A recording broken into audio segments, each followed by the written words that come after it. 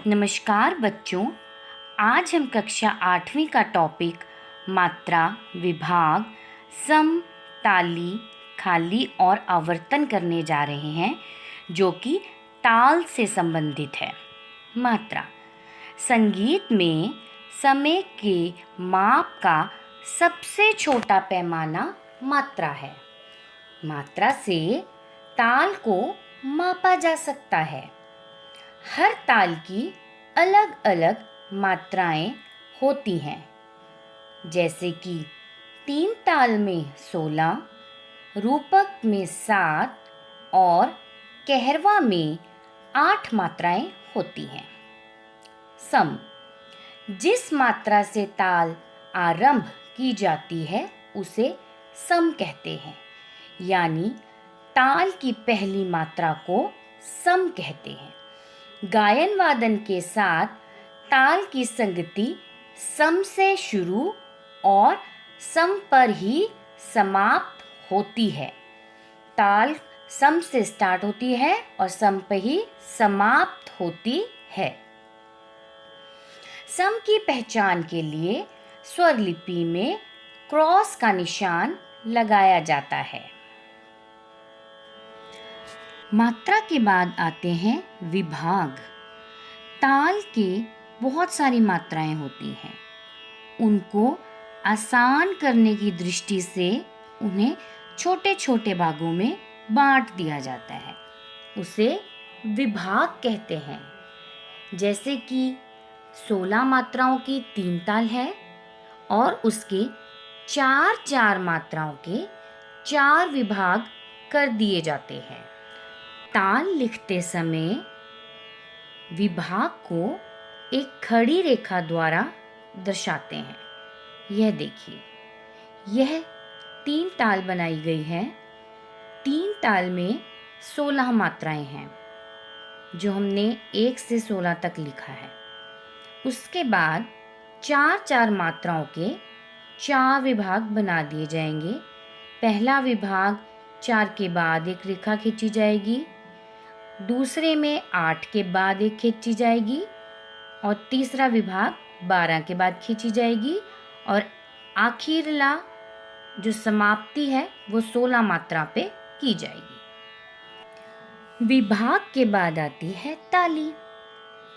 हाथ के साथ ताल बजाते समय जब हम ताली बजाते हैं तो उसे ताली कहते हैं। 3 ताल में 3 तालियां आती हैं, जो कि पहली, 5वीं और 13वीं मात्रा पर है।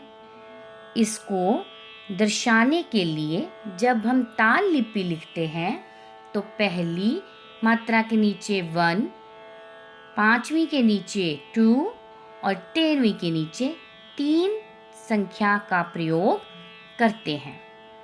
अब यह देखिए, इस चार्ट में 16 मात्राएं लगाई गई हैं। पहली के नीचे क्रॉस का निशान है, क्योंकि यह सम है।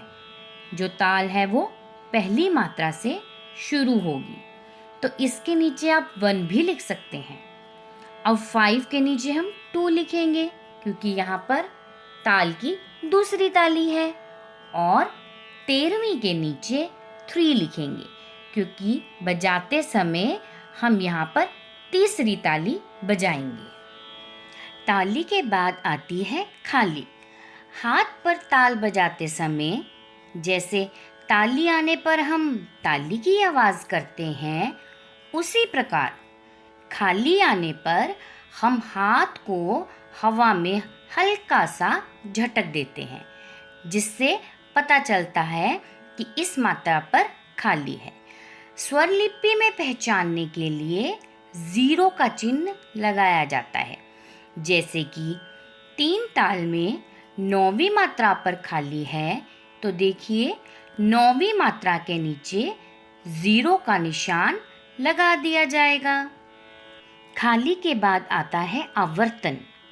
जब किसी ताल को बजाते हुए उसकी पूरी मात्राएं बजाकर फिर सम पर आते हैं तो उसे आवर्तन कहते हैं। आवर्तन का अर्थ है चक्र, जब हम पहली मात्रा से स्टार्ट कर कर पूरी ताल बजाकर फिर पहली मात्रा पर आते हैं तो उसे आवर्तन कहते हैं। जैसे 3 ताल की 16 मात्राओं को एक बार पूरा बजाने को एक आवर्तन कहेंगे। गाने बजाने के साथ साथ आवर्तन भी चलता रहता है जब तक गाना खत्म ना हो जाए। इसे हम इस प्रकार देख सकते हैं, धा धिन धिन धा, धा धिन धिन धा, धा तिन तिन ता, ता धिन धिन धा। यह एक आवर्तन होगा। धा से ही शुरू और 16 मात्राएं पूर्ण करने के बाद धा पर ही समाप्त। मैं आशा करती हूँ कि आप सबको यह टॉपिक समझ में आ गया होगा। धन्यवाद।